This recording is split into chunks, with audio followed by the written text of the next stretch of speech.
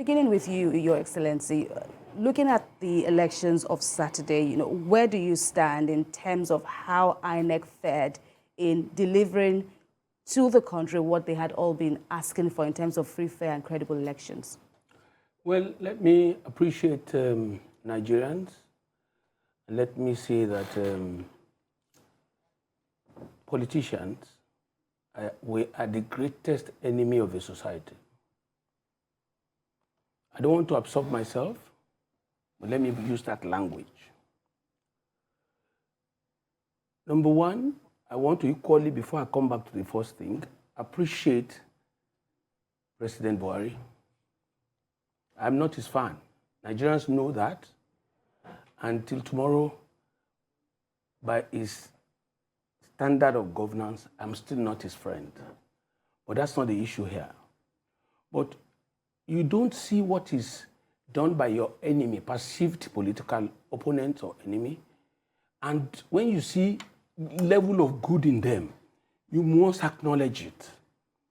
Let me come by telling you that President Buhari will remain in the annals of history as a man. Even former President Olusegun did not deny that. In annals of history, that he's living a credible electoral process with us. There's no election that is perfect. And there will be no election that will be perfect. Let me equally say very clearly here that the president, despite the pressure from his own party, took some measures in the last 3 weeks to ensure a due process for this election. President Buhari was accused of stopping the usage of Naira notes to prevent vote buying. It's commendable. And part of people believe that was too harsh, that was targeted. I was part of those who believe, and I still believe so, that it was targeted. Let me go a little further to remind you that INEC did exceedingly well. INEC wouldn't be INEC and be politicians at the same time. You can't be me and be my wife at the same time. INEC and this professor, the chairman of INEC, by extension, his representatives are supposed to be in various states and various wards. Let us be honest for a moment. INEC did well. Politicians, when it doesn't go your way, you want to pull down the roof. That is what PDP is doing right now. No more, no less. And let me say to you, PDP knows before the election, they were in the euphoria of it is not will vote for Atiku, not will do regional sentimental voting. That was in their psyche.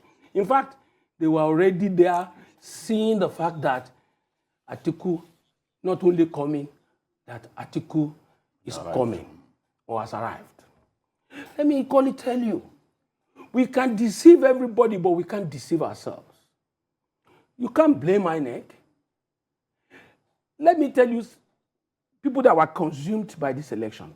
Obi is the hero of this election. Obi is the only candidate without a pattern. All of us politicians took Obi for granted. We became a scavenger. Took everybody everywhere by storm. Retired politicians. Most of PDP politicians are retired. And in our history as a nation, conducting elections or participating in elections of this nature, this is novel. And how healthy is this? This is perfect. Listen to this analysis. President Muhammadu Buhari won in Daura, what's his state now? Polling unit. In his state. The state in Katsina State. Katsina State.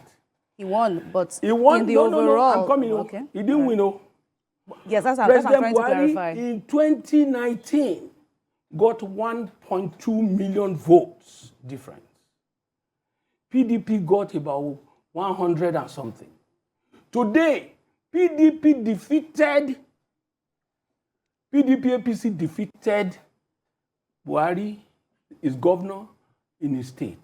What process brought that? Transparent process. It shows that Buhari never muzzled anybody. It shows they allowed the process to run its course. My brother, my sister, listen very carefully. Don't follow these politicians with emotion. Obi, I am going to tell him today and his party, run away from PDP. Run away like the speed of light. Maybe PDP didn't realize that the momentum is about Obi. It's not about PDP. And Obi himself should not stay himself. He should run away from. I saw them, his party. He's already having meetings. Having meetings. Why did they not hold that to have that meeting when Obi was leaving? Obi was the only person from Anambra that brought 94.4% of the vote to Atiku in 2019.